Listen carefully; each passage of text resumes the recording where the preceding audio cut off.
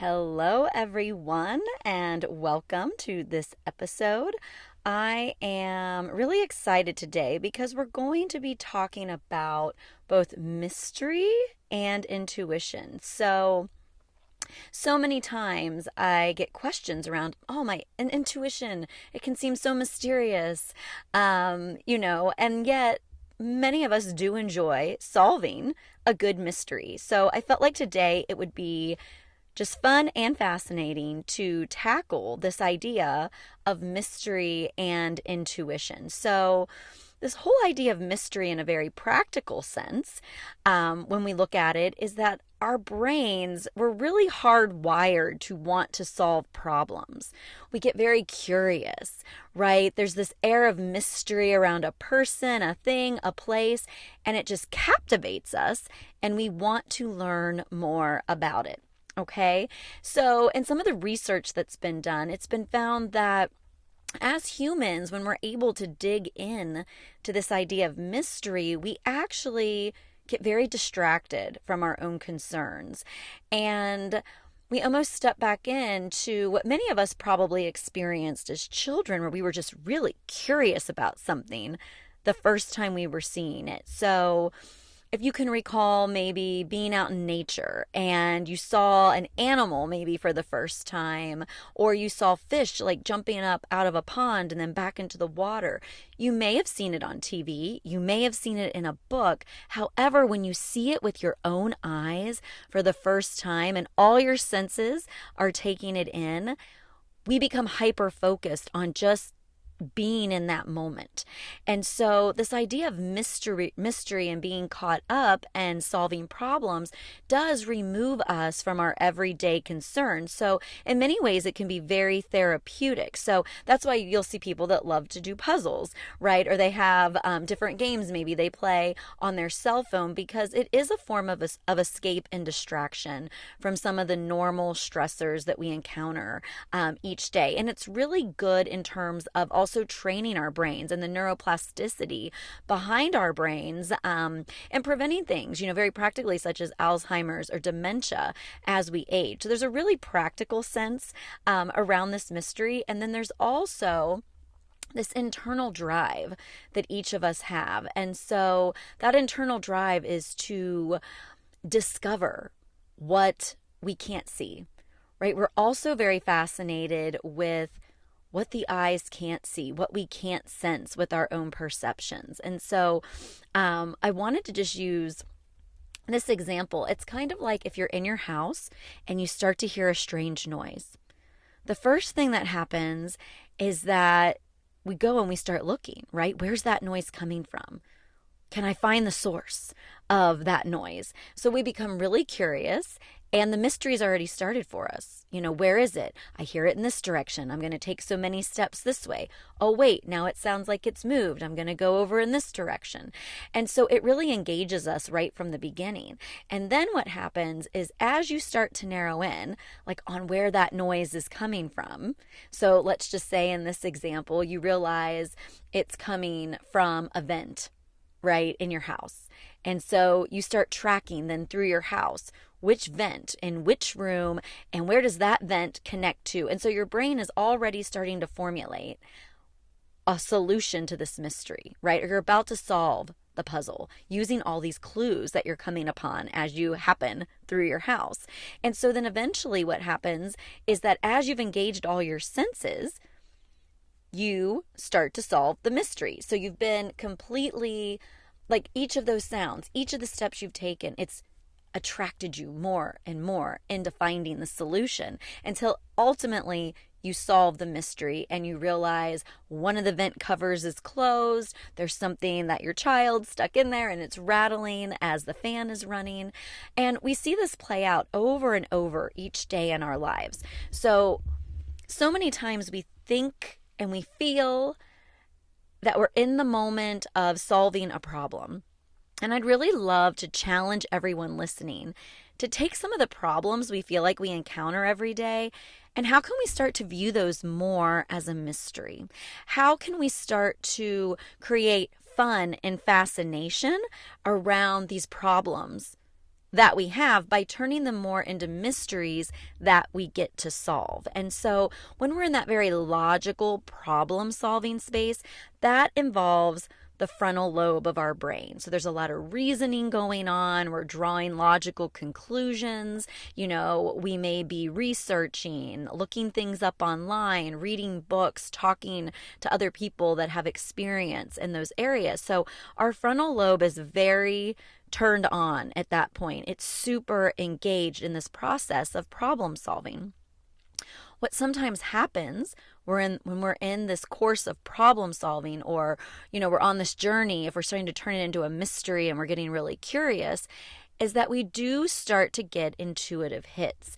And so it's important to point out here that the parts of our brain that actually engage in intuition are primarily the right side of our brain, also that right hippocampus. So we have a hippocampus on both sides of our brain. Sometimes that's where you'll hear people say, you're more right-brained, you're more left-brained. However, scientists have studied this, and our intuition is very much tied into that right hemisphere of our brain, particularly the right hippocampus. And then also there are nerve fibers that run through the vagus nerve into our gut. And so there's neurons and signals that are being exchanged back and forth.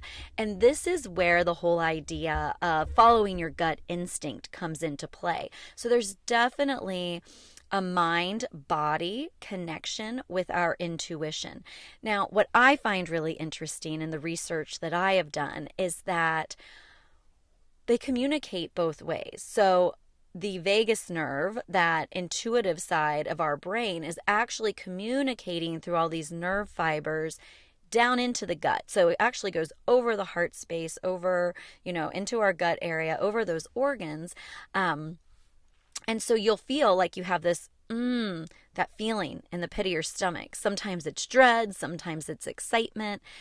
It's just important to point out that while the signals travel from the brain to the gut, the research has actually shown that signals from the gut more times than not travel to the brain first. So this really lets us know that our intuition is very much alive and well and part of our makeup, and that most of the time our body is signaling to our brain. So in the course of problem solving and diving into the mystery of our problems, our body very much wants to be engaged in that process. So this is a real shift for a lot of people, because we're so trained in our society to solve things intellectually with the mind on a regular basis. From the time we go to school, teachers, parents, we read books, we use textbooks, now there's computers. And so from a very young age, we're very programmed that we need to rely on the logic and the facts and the reasoning. And yes, we do need all of those things. And our bodies are hardwired to communicate with us about what we're taking in logically and factually. So this idea of embodiment, that word gets thrown around a lot, but embodiment is really tuning in to your own body. And when I say that, I mean becoming more aware when you're in that state of conscious thought, really stopping and tapping in and asking yourself, even if you need to close your eyes, how am I feeling in my body? And really call attention to each part of your body. My mind may be telling me this is the solution to the mystery. This is the solution to the problem. However, how do I feel in my how do I feel in my gut? How do I feel in my chest? How do my legs feel? Do I feel grounded? Do I feel more scattered? Our body is trying to communicate with us, and that's where this level of intuition comes into play. And so I love this. I saw this quote around intuition is the mystery of knowing without knowing. And I think that's so beautiful, right? Because our body is the sense of knowing. We get that signal, we get that instinct, and we know without a doubt, even though all the facts tell me I should do this, I know that's not right for me. And then we will make decisions that are very counterintuitive, that oftentimes those around us are like, why are you doing that? It makes no sense. And so as you tap more into this mind-body connection piece, you also have to have very good boundaries around what you're going to allow in from the outside in terms of other people's opinions, in terms of maybe new evidence that comes forward. Because once you have that intuitive hit, more times than not, you don't want to sway from it. You've been given the information that's unique to you. And I've seen this happen before where I'll have clients I work with and they're really getting a strong feeling to go in one direction. They're all ready to do it. Then something, it all happens. They autocorrect, right? They change course. And then within weeks to a few months, they're like, oh, why did I do that? Why did I do that? Why did I second guess myself? And so you don't need to second guess yourself is what I'm here to share today. And that in and of itself gets to be a mystery. Maybe one we'll solve in our lifetime and maybe one that we won't solve in our lifetime. But as you think about how can you start to turn your problems more into mysteries? I have a few suggestions here that I feel would be really fun for people to play with. And so if we just go back to that whole idea of mystery is a distraction, right? It gives us something to solve. Many times when we think of mystery, we're like watching a TV show, right? It may be a movie, a book. We don't have any skin in the game, so to speak. We're just absorbing that information and drawing conclusions. And so elements of it get to be really fun and we are super fascinated. So everybody loves a good plot twist, right? In a book or in a movie because we're not directly impacted. And as I challenge you or invite you to start to view your problems as more of a mystery, think about those things you love to solve that have always just been fun for you. So it could be a puzzle, right? It could be like riddles. Some people love riddles and word games and things like that. How about scavenger hunts when we were younger? That game Clue, that was one of my favorite games to play, trying to figure out which character did it in which room, right? With which weapon. That was so much fun. Really tapping back into some of those things that brought us a lot of joy as children.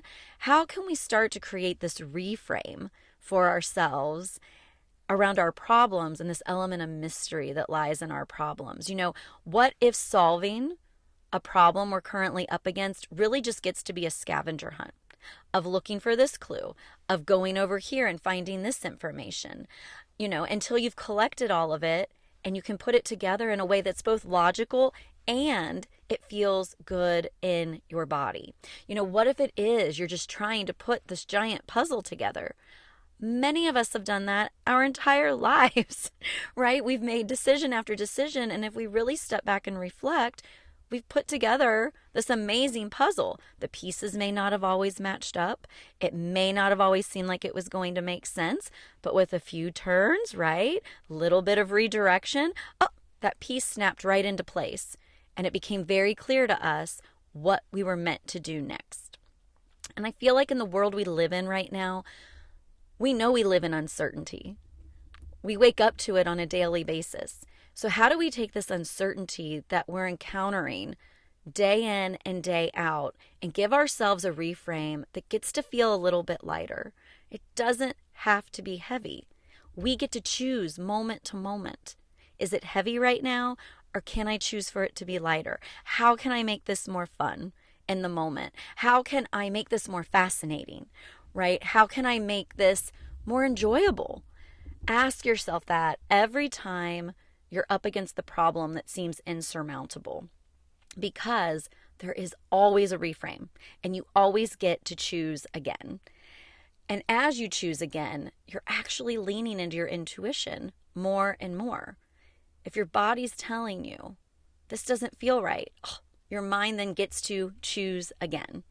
And that's really what becomes so amazing about the way we're perfectly designed. It's also important to point out here, because I know this will be a question that comes up. When we think about that logical reasoning, that's very much a conscious thought pattern where a lot of our intuitive abilities truly are more on that subconscious level. So just meaning that the logical reasoning, you're very well aware of it. the intuitive or subconscious side, we're not always as aware of it. And so one way, that our intuition is really fine-tuned is through experiences. So our subconscious mind actually catalogs all the experiences that we have, whether we remember consciously every detail or not. Our subconscious mind has done that, which really aids in our intuition because it knows how to connect patterns, experiences that seem similar. Your subconscious or that intuitive side of your mind will really kick in and start to recognize those patterns. So in many ways, it's designed to keep us safe, day in and day out.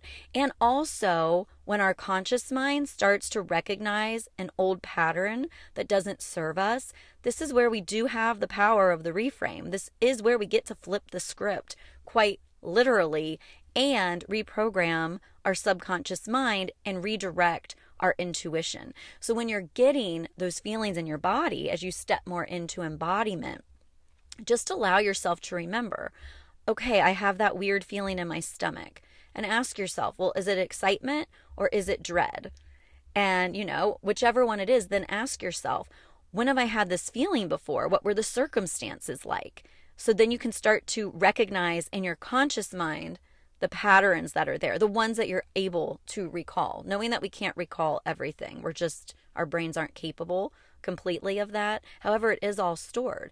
And so this in and of itself is very mysterious, and it can become very fascinating for people as they actually tap in and allow themselves this curiosity around, where are these feelings in my body coming from? Is that really true for me? Or is there a new way I can look at this? Is there a new opportunity in front of me? And maybe what I'm recalling is that in the past when this came up, it didn't work out. However, it doesn't look the same as it did in the past. So then what is really preventing me from stepping in to the new opportunity? And these are things to play with. I invite anyone listening to have fun, right? To become more aware, more curious in this process. It's there for us every day. We're up against a new mystery every single day. And our intuitive brain, that intuitive mind, that intuitive decision making, that wants to help us in these times of uncertainty because the answers do lie within us. And in and of ourselves, we're not just a mystery sometimes to other people. We're truly a mystery to ourselves. And, one of the ways I've really been playing with this mystery idea is in my business. Things can get monotonous, or we're like trying this and we're trying that. And sometimes the fun just gets sucked right out, right, of our work, or if you have a business or whatever impact you're trying to make on the world. Sometimes we can just start to feel the stress and the overwhelm. And so one thing I'm doing right now is I have a mystery offer that I've put out there to my community and my audience. And basically what I'm doing every day is I'm giving a clue, and I started at one price point, and the price is increasing by $33 every day until we reach that $330 mark. And it's going to be a 3-day offering. The offering is going to take place over 3 days. So I've revealed a little bit each day, and it gets to be fun for me. And it's so intriguing to the people in my audience. I have them reaching out privately. They're trying to take guesses at what maybe this offer is going to be, and some of them are stepping forward like, oh, that really caught my curiosity today. That got my interest. I want to be in this. And so they're actually stepping forward for something that they know very little about. However, they're fascinated, right? And the clues that I'm giving resonate for them on some level. So it's almost like this beautiful blending of the very logical piece of our mind that loves mystery, coupled with people being able to step into their intuition and follow the nudges that they're getting. And it's not a huge investment, right? It doesn't have to be scary or produce fear in them. They actually just get to play along and be part of this fun game. So that's what I mean. Where can you use these elements of mystery and fascination in your day-to-day? It's so important. It's so important that we do this for ourselves. No one else is going to do it for us. We have to start taking these action steps ourselves. And so for anyone catching this, I would love to invite you into the mystery offer. There'll be all the information in the show notes or the description, depending on where you're catching the podcast from. You just have to reach out to me directly. So I'll have all that contact information in there for you, along with the details to date. Be sure to follow me on social media if you want to stay up to date on those clues. And, the other invitation here is, when you start to create this fun and fascination in your own life, you're actually role modeling that for everyone around you. So even on the days where it's really difficult or you're feeling like, I don't want the reframe, even if you're getting that intuitive nudge that you need to reevaluate, just look at the people around you. They need you to do this. And in doing it, you're actually showing them how to do it too. And that's where this ripple effect comes from. If we can start doing this on our own, and we can ripple it out to the people closest to us, and then they start to do it and they ripple it out. It's like the one step we can take every day in a very uncertain world that feeds our logical mind and also like really feeds our body and our spirit all at the same time. And so I came across this quote from Einstein, which I just think will be a beautiful way to close this episode out today. But Einstein said, logic will get you from A to Z, but imagination will get you everywhere. So, are we ready to go everywhere?